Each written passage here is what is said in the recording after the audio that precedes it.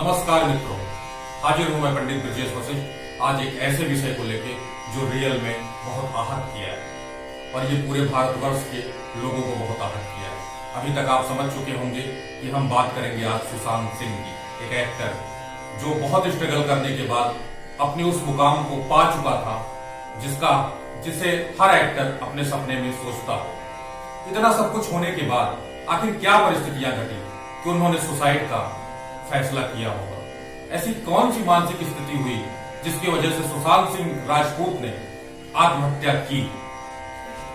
और आज ये वीडियो बनाने का मेरा उद्देश्य सिर्फ इतना है मित्रों, ये जो घटना घटी है ये आपके साथ न घटे।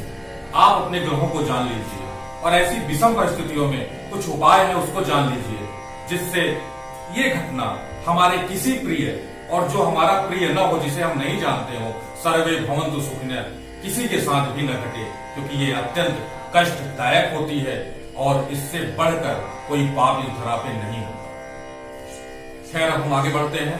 आइए चलते हैं ज्योतिषी विधि द्वारा ये जानने की कोशिश करते हैं कि सुशांत सिंह के जीवन में कौन सा ऐसा ग्रह था जो उनको इस लेवल पे लेके आया है। देखिए, सुशांत सिंह राजपूत का जन्म पटना में हुआ है। 21 जनवरी 1986 को इनका जन्म हुआ, दिन के 12 बजे। पटना बिहार में पड़ता है। इसके अनुसार जो इनकी लग्न कुंडली बनती है वो मेष लग्न की कुंडली इनकी बनती है। मेष लग्न की कुंडली बनती है जिसके स्वामी बनते हैं मंगल।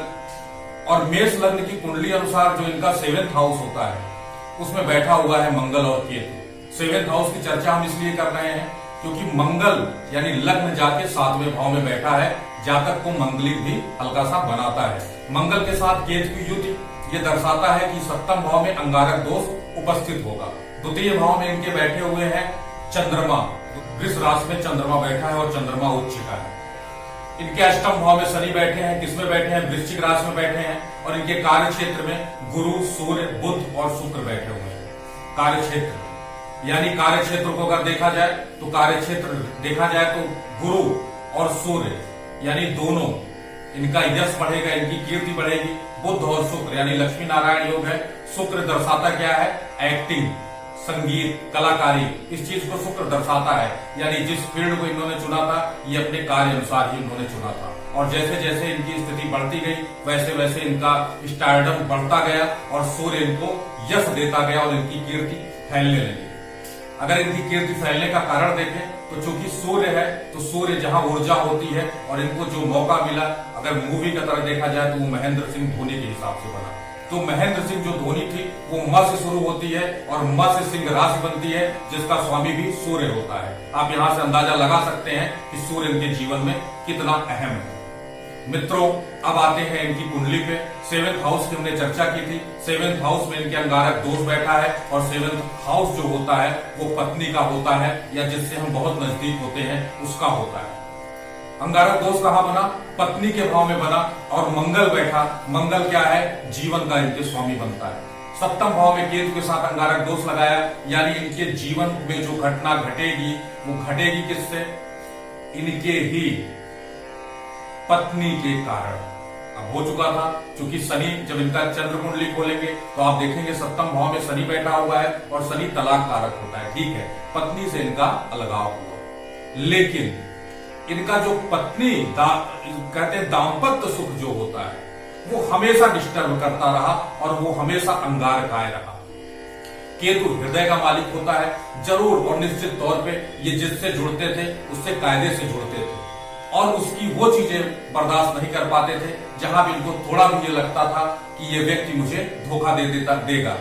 इससे क्या होता है, क्योंकि केतु है अति संवेदनशील और ये बहुत डीपली सोच ले जाते थे और ये चीज बर्दाश्त नहीं कर पाते थे। ये चीज उनके दिमाग से निकल नहीं पाती थी। क्योंकि शनि 8वें भाव में बैठा है तो मृत्यु का कारक शनि भी बनता है। वृश्चिक यानी मंगल के घर में बैठा है, ये ध्यान देने वाली बात है। मंगल के घर में शनि और ऊपर मेष, यानी कुल मिला के क्या स्थिति बनती है? शनि यानी जो यहाँ पे मृत्यु कारक बन रहा है, शनि और केतु अभी तक। अब आते हैं चंद्र कुंडली से मित्रों।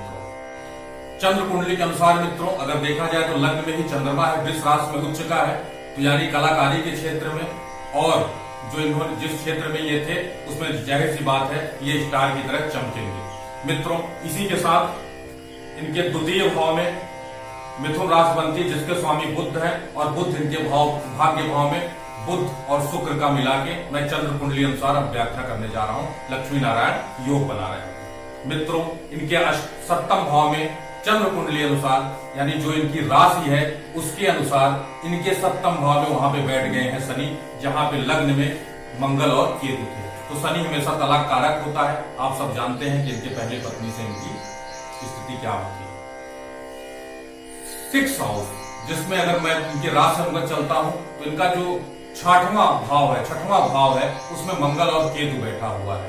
ये रोग का भी भाव होता है, ये शत्रु का भी भाव होता है। मतलब इनकी जो शत्रुता होगी वो इनके लग्न से ही होगी, इनके जीवन से ही इनकी शत्रुता केतु के कारण होगी। यानी ये खुद मानसिक मंगल यानी मेष में क्या होता है, सर बड़ा होता है। सबसे बड़ा क्या माना जाता है, अगर उस मेष को देखा जाए तो उसकी सींग और सर सबसे ज्यादा बलवान होती है। तो केतु कहां सबसे ज्यादा प्रभाव पड़ता है, हृदय के साथ मानसिक स्थिति को डिस्टर्ब कर देता है, और इनकी मानसिक स्थिति ही इनकी सबसे बड़ी शत्रु बनती है। अब तत्कालिक स्थिति अनुसार देखा जाए, तत्कालिक स्थिति में क्या है, मैं राशि अनुगत चलता हूं। वृष राशि में प्रेजेंट टाइम में शुक्र बैठे हुए हैं। द्वितीय भाव में जो मिथुन की राशि है उसमें सूर्य, राहु और बुध है। इनके अष्टम भाव में केतु है जो मृत्यु का कारक होता है। आप चार्ट में देख सकते हैं, तत्कालिक ग्रह स्थिति में देखिए अष्टम भाव में केतु बैठा है, और केतु अत्यंत संवेदनशील होता है। केतु को ज्योतिषी भाषा में यहां तक कहा गया है कि व्यक्ति को केतु घुटा के मारता है, मतलब अत्यंत डिप्रेशन की स्थिति में लेके जाता है। लेकिन केतु कभी मृत्यु का कारण नहीं बनता। वो आपको गोली लग जाए आदमी खत्म हो जाता है, लेकिन केतु क्या करता है, तड़पा के मारता है। ऐसे लोग कई बार मरते हैं। अब केतु के साथ कारक क्या बना जिसके कारण इनकी मृत्यु हुई, गुरु। इनके भाग्य भाव में गुरु और शनि की युति है। गुरु भी जैसा कि वक्री हो गए और शनि भी वक्री हो गए। और अगर मैंने आप मेरी बात ध्यान दिए होंगे तो मैंने आपको बताया था कि लग्न कुंडली जो मेष लग्न की थी, मृत्यु के भाव में इनके बैठे हैं शनि। गुरु और शनि की युति और केतु का आंतरिक कष्ट को पहुंचाना इनके मृत्यु का कारण बना, इनकी आत्महत्या का कारण बना, और केतु इनको बार बार डिप्रेशन में ले जाता है। ये था इनका ज्योतिषी कारण जो इन्होंने आत्महत्या की।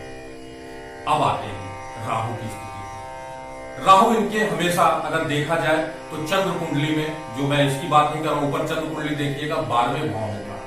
12वें भाव में राहु अच्छा माना जाता है। जाहिर सी बात है, राहु जब इनके राहु की महादशा आई इनकी कुंडली में 2018 तक, तो राहु ने इनको राजा भी बनाया। तो राजा, क्योंकि 12वां भाव व्यय का भाव होता है, तो जाहिर सी बात है कि राहु जब इनको राजा बनाए तो वो व्यय कराने के लिए बनाया। और 2018 के बाद, मतलब 2/7/2018 के बाद गुरु की महादशा इनके जीवन में है, यानी राजा तुल्य राहु बनाया और व्यय की स्थिति को कराया, यानी ये व्यय भी उसी हिसाब से करने लगे। राहु अचानक व्यय करता है, कई चीजों पे व्यय करने लगता है, यानी ये अपने स्थिति को बढ़ाने के लिए कई जगह व्यय करने लगे, मतलब अत्यधिक मात्रा में धन का जाना। इसी के साथ मित्रों ऐसी स्थिति घटित हुई। एक संयोग देखा जाए मित्र तो मंगलवार के दिन इनका जन्म भी हुआ है। मंगल काफी महत्वपूर्ण रहा है इस पूरे खेल के दौरान। ये अत्यंत क्रूर है ये मंगल। प्रेजेंट टाइम में जो मंगल की स्थिति थी, जब ये आत्महत्या किए तो मंगल की स्थिति क्या थी इसको समझने की कोशिश करिएगा। ये भी शनि के घर में जाके बैठा था। शनि ने 2 लोगों को पकड़ रखा था, एक गुरु को, एक इनके जीवन मृत्यु कारण मंगल को। और कहां बैठा है शनि, इनके लग्न कुंडली में मंगल यानी जीवन मृत्यु के साथ। और ऐसी घटना घटी जिसमें इन्होंने आत्महत्या कर दी। अब आते हैं उपाय पे कि ऐसा क्या था अगर हो गया होता। लोग समझते नहीं है। लोग ये जानते हैं कि कभी कभी कई लोगों के मुख से हमने ये सुना है कि अरे यार मैंने बहुत डिप्रेशन में चल रहे थे, फला उपाय किया और उपाय करने के बाद भी स्थिति नॉर्मल है, लेकिन कुछ हुआ नहीं, कुछ करने का फायदा नहीं मिला। आपको शायद पता नहीं है मित्रों, आपका वही उपाय आपको एक विकट परिस्थिति से निकाल के बाहर कर दिया। आप समझ नहीं पाएंगे। हो सकता है आपके साथ बड़ी घटना घट जाती, लेकिन वो घटी ही नहीं, क्योंकि आपने उपाय कर दिया था। अब आप उसे इसलिए नहीं जान पा रहे हैं और उसका महत्व इसलिए नहीं समझ पा रहे हैं क्योंकि वो घटना ही नहीं घटी। घट जाती तो पता लगता, तो आप नहीं समझ रहे हैं कि वो उपाय आपको वहां पे बचा देता है। कुल मिला के सुशांत सिंह राजपूत को करना क्या था। अब तो जो घटना घट चुकी, मैं आप लोगों को समझाने की कोशिश करूंगा। अगर कभी कुंडली में ऐसी स्थिति आपकी दिखती है जिसमें केतु और शनि अष्टम भाव में बैठे और केतु मंगल के साथ बैठे, तो सबसे पहले अंगारक दोष की शांति करानी चाहिए। और अंगारक दोष की शांति उज्जैन में कर्क रेखा पे अंगारेश्वर मंदिर है, जहां पे भात का पूजन होता है, वहां जाके कर लेना चाहिए। तो बार बार इनका जो पत्नी यानी जो इनकी पार्टनर थी, उससे अंगारकाय स्थिति न बनती, बार बार स्थिति न बनती। और अंगारकाय स्थिति ही केतु डिप्रेशन की स्थिति में, अत्यंत डिप्रेशन की स्थिति में लेके जाता है। पहला उपाय ये था। दूसरा, जब भी गुरु के साथ, आप हमारे ढेर सारे व्यूअर जो मुझसे कुंडलियां दिखाते रहते हैं, उनको ये पता होगा कि मैं हमेशा गुरु की अंतर्दशा को खराब मानता हूं, और इनकी स्थिति भी वही थी, गुरु के साथ गुरु की अंतर्दशा चल रही है। और मित्रों, लास्ट में मैं ये कहना चाहूंगा, वृष राशि के जो व्यक्ति होते हैं, उनके अष्टम में अगर शनि है, केतु है, तो आप खुद देखिएगा, मैं बताऊंगा नहीं, ये मानसिक रूप से डिप्रेशन की स्थिति में जाते ही जाते हैं। और इनको पकड़ लेना चाहिए भगवान कृष्ण को या महाकाली को। आप देखिएगा, जिसकी भी कुंडली वृष राशि की है, उनका 7th हाउस डिस्टर्ब होता है। कभी इस पे चर्चा करेंगे। आज के लिए बस इतना ही। मेरा सिर्फ यही एक मकसद था कि ये जो घटना घटी है, भगवान करे किसी के साथ कभी भी न घटे। इसी के साथ मित्रों, आपका प्यार मिल रहा है, इसके लिए बहुत बहुत धन्यवाद। नमस्कार।